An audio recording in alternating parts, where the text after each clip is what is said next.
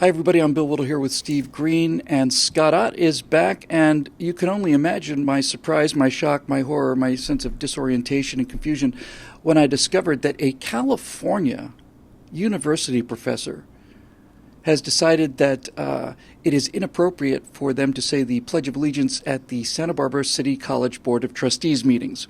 And this gentleman's name is Robert Miller. The story comes to us from our friends over at Campus Reform, written by Adam Sabes. So, reporting, doing a show segment on a California university professor who has non-U.S. leanings is not exactly breaking news. But here's what I did think is interesting to do, because he said that he didn't want to use the pledge because it was, quote, steeped in expressions of nativism and white nationalism. Now, strangely enough, I know the words to the Pledge of Allegiance. I have them memorized. And I thought it would be kind of interesting for us to go through the Pledge of Allegiance line by line, talk about what it means, and find out where all the white supremacy and nativism and all the rest of it is. Okay? So we'll just go back and forth with you guys. Steve, we'll start with you.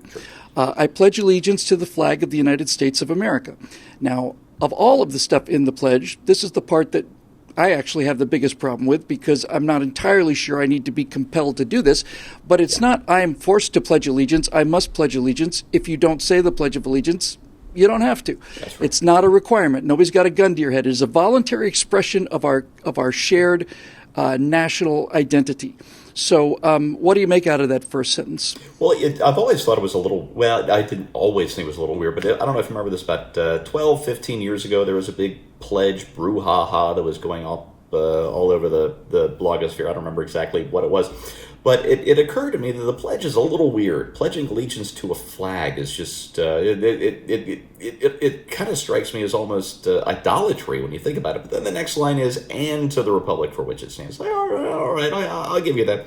But the pledge itself, if I remember correctly, was actually written by a socialist. And then over the years, it came to be so patriotic that the conservatives embrace it and progressives reject it. And that right there might be reason enough to defend the thing. Well, yeah, because you're pledging allegiance to the flag of the United States of America, mm-hmm. and America's the big boogeyman for That's right. for anybody on the left and for people on the right. There's your racism right there, United States of America. Well, I'll often say during one of the events, and I've never been to an event, conservative event, where they didn't say the pledge. And I say we say the Pledge of Allegiance not just out of respect for the country, but as a sort of a security device, because if there's any progressives in the audience, their skin will burst into flames. So I pledge allegiance to the flag of the United States of America, which on the first sentence I agree sounds odd, pledging allegiance to a flag, but it occurs to me that the only thing that's actually in the room when you say the Pledge of Allegiance, because you have to face the flag, the only icon that is representing America that's actually there is the flag. I pledge allegiance to the flag of the United States of America and to the republic for which it stands, Scott. Now, having studied a little bit of history and genocides and theocracies and dictatorships and so on, I find that a republic, even including a straight-on full-voting democracy like in Athens, I find that a republic actually is more protective of the rights of minorities and allows more freedom of expression, more control over the levers of self-governance than any other kind of government ever established on this earth. If the United States of America has constitutional protections which prohibit the federal government from revoking our natural rights, which we're born with, seems to me that this would be something that if you were interested in protecting the rights of minorities and other individuals, this would be exactly the kind of government you would want. Yeah, and let me just touch on something briefly from the question you asked, Steve, because I think that notion of pledging allegiance to a flag rings weird in our ears today, mostly because we don't think in terms like that. But back in the day, in a military engagement, you would rally to the flag. It was a way to hail the people together, to bring them together, and to pledge allegiance to a flag and to the republic for which it stands is really just basically meaning my allegiance is to this cause, which is not just a republic, it's a republic of republics. So there are, some 50 republics because our Constitution guarantees the states a Republican form of government. And so we have this sort of decentralized, federated republic of republics that has done more to foster individual rights and to protect them over the years than any form of governance known to man. It's not perfect, but there's just nothing better. So, you've got a choice between the perfection of utopia that the progressive left offers you that will never come to pass, or if you kill enough millions of people, you'll certainly eventually get there. Yeah, well, that's what they say. I'm skeptical, but because many millions have been killed and we still don't have it. But I think that the idea in the Pledge of Allegiance is basically to say we are rallying together around this idea that we can best secure our individual happiness and our a free society through this idea of a republic of republics. And it's not that we're all amalgamated into one hive mind. It is the respecting of the individual states and a government that has somehow managed to pull them all together by dividing their powers. I want to say one thing you mentioned about the flag as a symbol and how it was more powerful formerly than today. I remember long time before I got into politics. I didn't get into politics until I was in my mid-40s. But I remember somewhere, I guess when I was in college, I remember hearing a left-winger say, talking about cases in Iwo Jima or Vietnam or World War II, whatever, where men died to save the flag. Not to win the battle or to save each other. They weren't fighting for the flag in the symbolic sense, that everybody in our military is fighting for the flag. But I mean the number of people who've been killed in order to save the flag, the actual flag on the battlefield. That particular piece of cloth. Yeah, that's right. And this guy said, it's a piece of cloth. It's a piece of cloth that has no meaning whatsoever. It's ridiculous to die for a piece of cloth. And even then I thought, you know what? That guy's exactly right. It is a piece of cloth to him. To him, it is a piece of cloth. He does not have the moral vision, the historical vision, the empathy, the sympathy, the honor, the integrity to understand that when people were going to give their lives to recover that piece of cloth, they weren't going to recover a piece of cloth. They were going to recover something that this guy did not have he couldn't see it. It was a color he couldn't see. Just couldn't get it. It was way beyond him. So, Steve, back to you. To the republic for which it stands, one nation under God. Now, that was added lately. Yeah. Used to be one nation indivisible, but one nation under God. I want to say it was added in the 50s. What do you think about What do you think about the under God thing? Well, the United States is an interesting case, and it's one of the reasons I love this country so much. We are not a Christian nation, but we are a nation largely of Christians. And the folks who aren't Christians tend to be Jewish or to a small but growing extent Muslim, who all worship the Abrahamic God, correct? And it doesn't say the Christian God. It doesn't say the God of the Old Testament. It doesn't say Allah. It just says under God. And I think even for somebody like me who is agnostic, but pro-religion, hears that and thinks, yes. The kind of person who doesn't see that either sees religion as corrupt or this country as corrupt or both. And I think that tells us more about them than it does about this country or organized religion. I want to stay with you on the under God part, Scott. As Steve pointed out, it's not under a named God or a specific religion. But to say that one nation under God, as a sort of, if let's just assume that the pledge is our national motto. When you say one nation under God, what you're really doing is you're throwing a little tiny bit of actual humility into this, right? You're actually saying that despite the fact that we have this country, there are in fact things more powerful than this, and our rights come from God. And what totalitarians and collectivists don't understand is to say that this state construction of mankind exists under God. What they're saying is, it is not God. The state is not God. There is a God or isn't a God. Maybe you want to take it that way. But by putting it in the pledge, they are specifically making the point that the state is not God. And the state is God in Nazi Germany, National Socialist Germany, Communist China, Communist Russia. The state is God, and they advertised it as God. Stalin would say, well, you may die, but the state will live, and so you're immortal. L'état, c'est moi. The superpower, as they used to call it in the 1970s, a superpower is not one that can divide an atom. A superpower is one that can create an atom.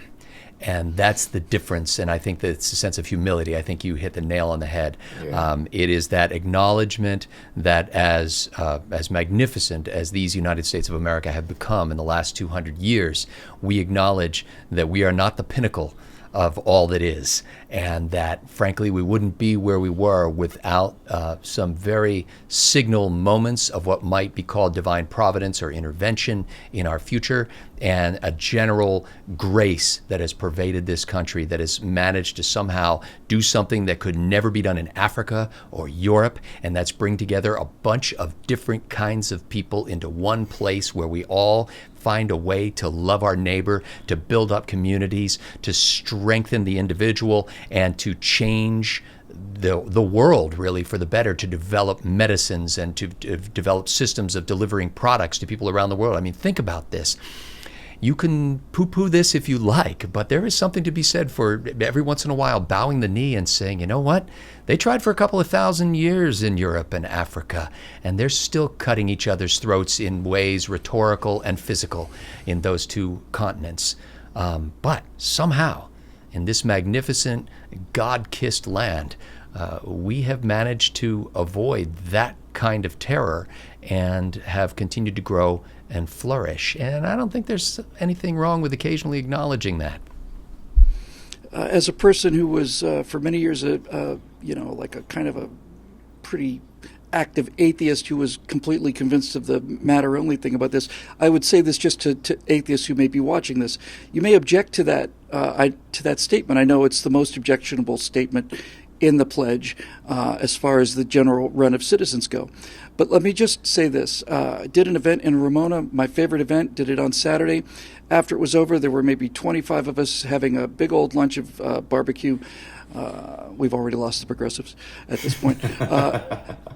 But as usual in something like this, there was the saying of grace, and everybody held hands and bowed their heads. And what I'm trying to say to atheists is,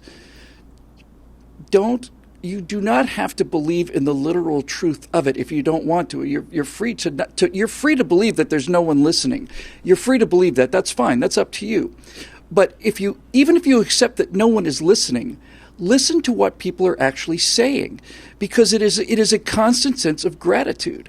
And I found out from a 12-step program that you can't be grateful and unhappy at the same time.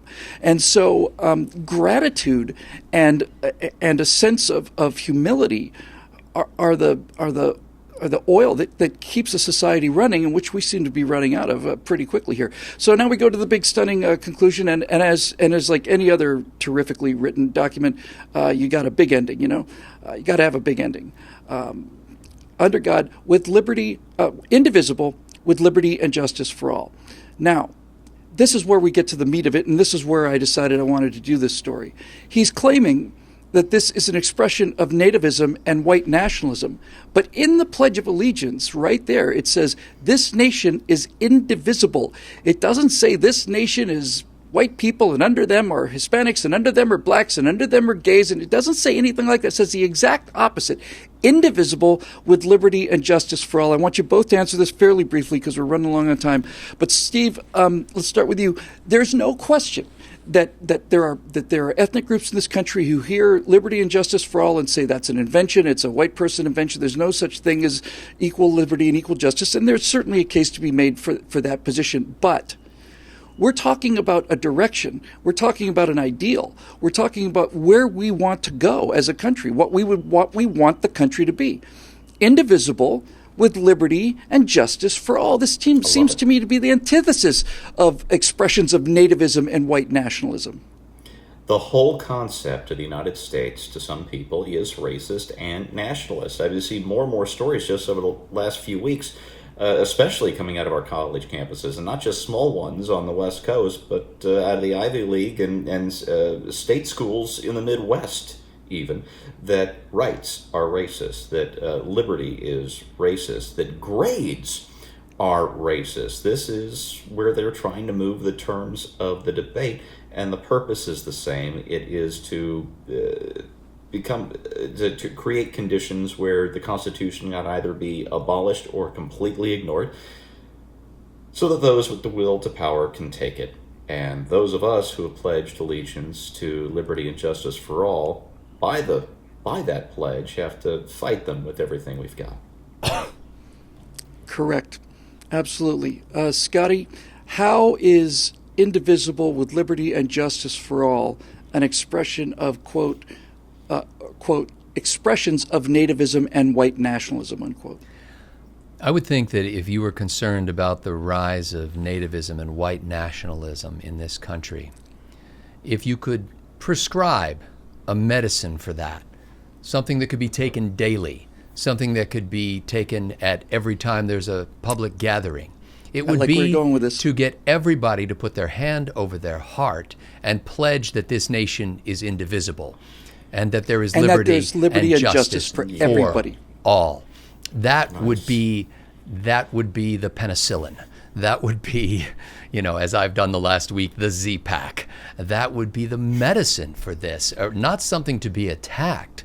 That would be something to you want that inculcated into the mystic chords of memory, as Abraham Lincoln would call them, so that even people who are just mouthing the words and have not yet with their hearts embraced the concept will somehow deep inside them still have this idea that rings and repeats over and over again, that there's liberty and justice for all. And at some moment in their lives, when they have an awakening, when they come to see that other as their brother, that line will come back to them and they'll say, oh, this is what I've been saying all this time. This is what that means. You should want this. Yeah, that is a superb point. If the pledge didn't exist and if you were worried about white nationalism in this country, you would want to pass a law that makes white people basically swear on threat of perjury, that there will be liberty and justice for all. That is what you would want them to say. Only we said it, and it's just another example of this entire dynamic, which is what I'm going to get to now. By the way, I'm virtually 100% positive it was Red Skelton who did a breakdown of the pledge, and it's absolutely amazing. You really need to see it. Yeah. All kinds of really beautiful things in there.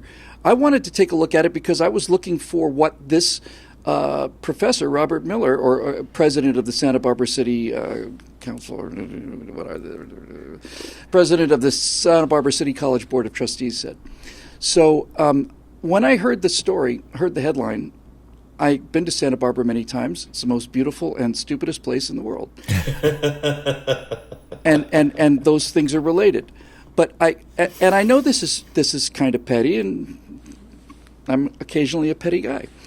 I saw the name Robert Miller, and I made a bet with myself, and my bet was I'd be willing to bet that this guy is not a guy who's ever suffered from any kind of nativism or white nationalism.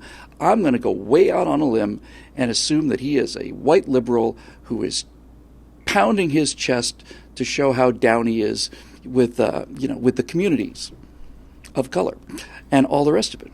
And so I looked up his picture, and then I made another petty judgment.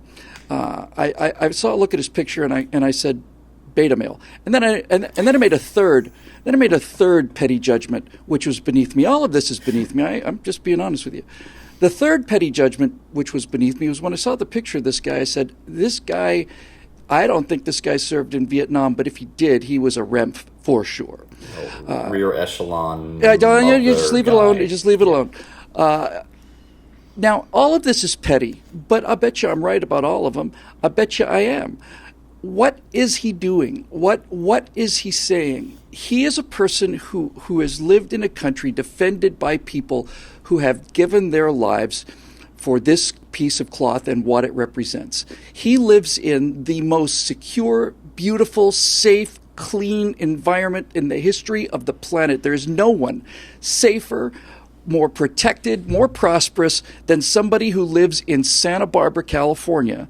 And for him to simply say that this collective sort of, it's a collection of individuals doing this, by the way, you're not forced to, but this idea that we're all going to get together and we're going to pledge ourselves to the idea of the nation as a place that is indivisible, that has the humility to recognize that the state is not God, and that there's liberty and justice for all. Why would you be against that? And I just couldn't figure any other reason other than just plain virtue signaling and smallness of spirit. Robert, mind if I call you Bob? You have a right to not have any respect for the flag. You have a right to not respect the pledge. And I suppose you even have a right to call for a vote to have this removed from what is essentially a government office. But what you don't have the right to do is, no matter what you say, and no matter how long you and people like you say it, you do not have a right, and you will never have the ability to remove the sacrifices of the men and women who've given their lives for this pledge and this flag and everything.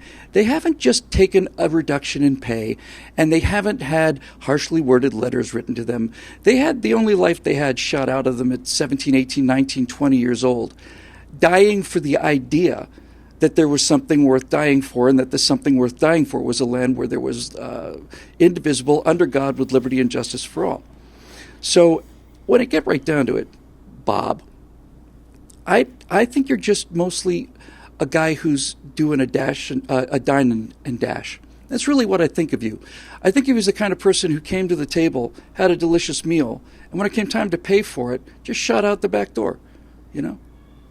That's what I think of you, Robert Miller, president of the state Santa Barbara City College Board of Trustees, and that's what I think of the rest of you who voted for it too. You want to have your freedom of speech, you're certainly entitled to it. So are we. And one of the things that we try very hard to do here at this little company of ours is to speak for people who don't often get to be spoken for. So there you go. Take that. You miscreant, or maybe I should do it like this, like the Fighting Irish. That'll do it for this edition of Right Angle, brought to you by the paying members of BillWhittle.com, whose patriotism and generosity has allowed us to keep messages like this coming. And if you'd like to become one of them, we'd love to have you over at BillWhittle.com, and we'll see you next time on Right Angle.